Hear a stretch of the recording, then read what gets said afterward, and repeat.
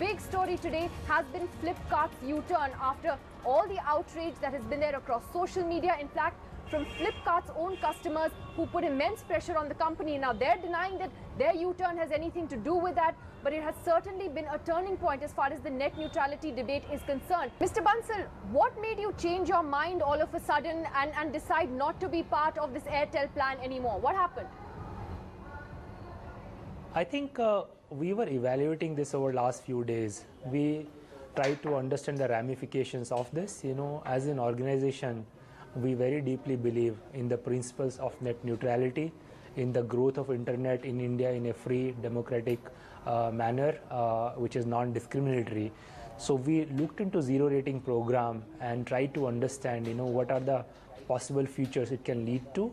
And at some point we felt that it can possibly create situations where some of the spirit of net neutrality may get violated. And really with that realization, we decided to not opt into this program. 27 मार्च को telecom regulatory authority of India ने एक consultation paper निकाला, regulatory framework for over the top services. ये 118 page का document है, regulatory framework for over the top services. और इस document को अगर कोई पढ़ ले तो इसमें साफ नजर आता है कि इंटरनेट के अंदर जो स्वतंत्रता है, इंटरनेट की इंडिपेंडेंस है, न्यूट्रलिटी है, निष्पक्षता है, तटस्थता है, उसको किस तरीके से कॉम्प्रोमाइज किया जा रहा है। If you notice the 118 page, the amazingly worded consultation paper. I mean, the only bright side of the TRAI consultation paper is that if you read it, you will be so much better at Scrabble. Like, that is the only benefit that I got out of it. That's the only reason why we made. But it's true. I mean, even for us, it's not like we are great policy. We are not policy experts. It's not something that we did. So for us, that's why we every time somebody says that you guys started it, it's really not us, you because got a conversation going. That's important. Yeah, perhaps. But I think what is being missed in this entire debate is that people and internet activists who have actually been working on this for so long.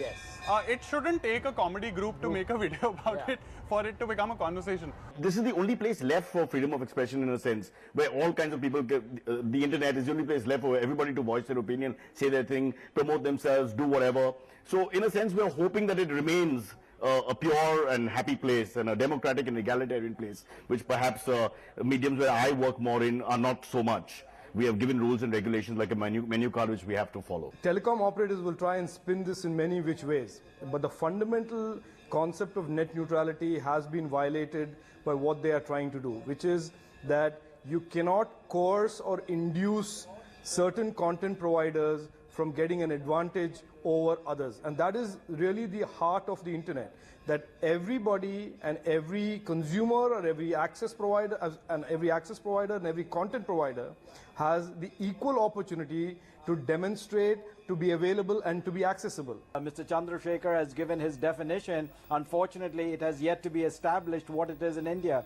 Every country adopts its own definition of net neutrality. What it is in the US is very different from what it is in Europe, from Brazil, from Saudi Arabia to any of these countries. France, for example, Germany does go after entities like Skype and others. So let's understand that what TRAI has done is bring home this whole issue for debate and discussion and determine in the Indian context what does net neutrality mean. It's always in the context of India or in a country with its laws, its regulations and its cultural sensitivity.